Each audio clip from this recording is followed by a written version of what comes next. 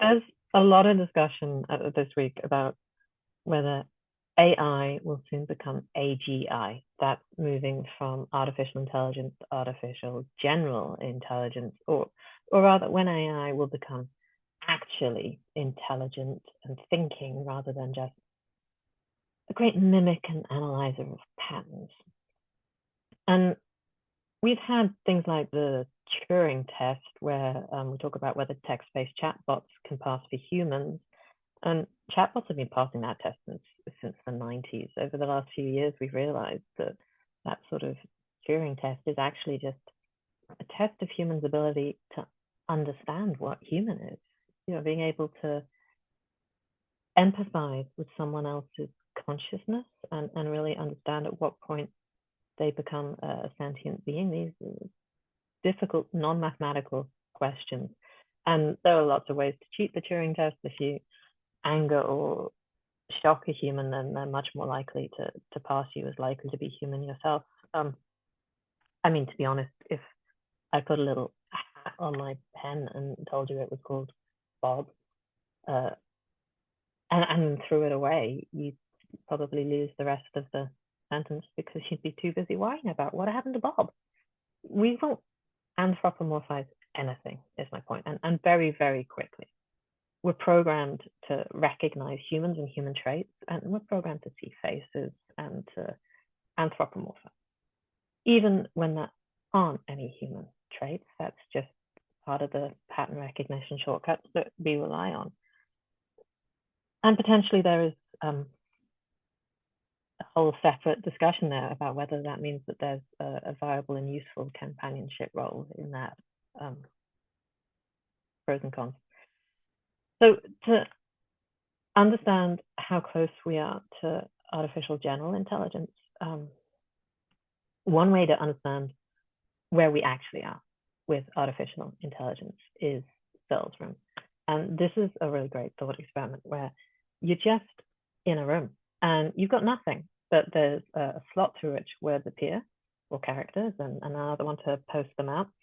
And if we put a green light above the out slot, you can quickly work out which words are going to get you that green light. And even if the characters coming in are in Mandarin, I mean, I don't speak Mandarin, but I can work out which ones give me the green light. And given long enough, like if you build up slowly, remove all the snacks, I can start to work out whole complex sequences that'll give me that green light. Maybe even a variety. You know, these words look good together. Here are some combinations of words that you have enjoyed in the past. I'm going to put those ones with those ones. What do you think? Green light. And here's the point. At no point have I learned to speak Mandarin. I have no idea what I'm saying. Could I get it wrong and say something incredibly rude? Of course I could. I don't speak Chinese. So given infinite time and processing power, we could still have a great conversation in that scenario. But that's super different than matching a human's ability to do a variety of tasks that are novel and unrelated to what I've been trained to do. So where people are wanting to know if it's going to take over the world,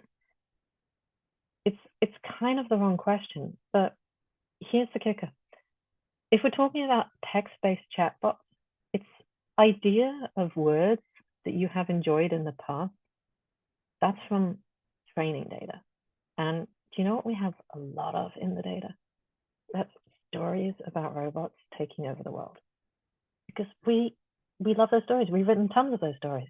And we've put them into the training data for the AI. So it's certainly going to talk about it, but it still doesn't know what it's saying. We're not giving it ideas, we're giving it sequences of weird little characters that it can replicate.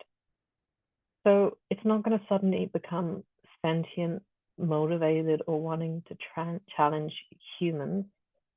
You know, it doesn't have goals or values. And that does mean that we have to be mindful still of risk control. Of course we do. We should have been doing that for the humans a little better maybe in the past.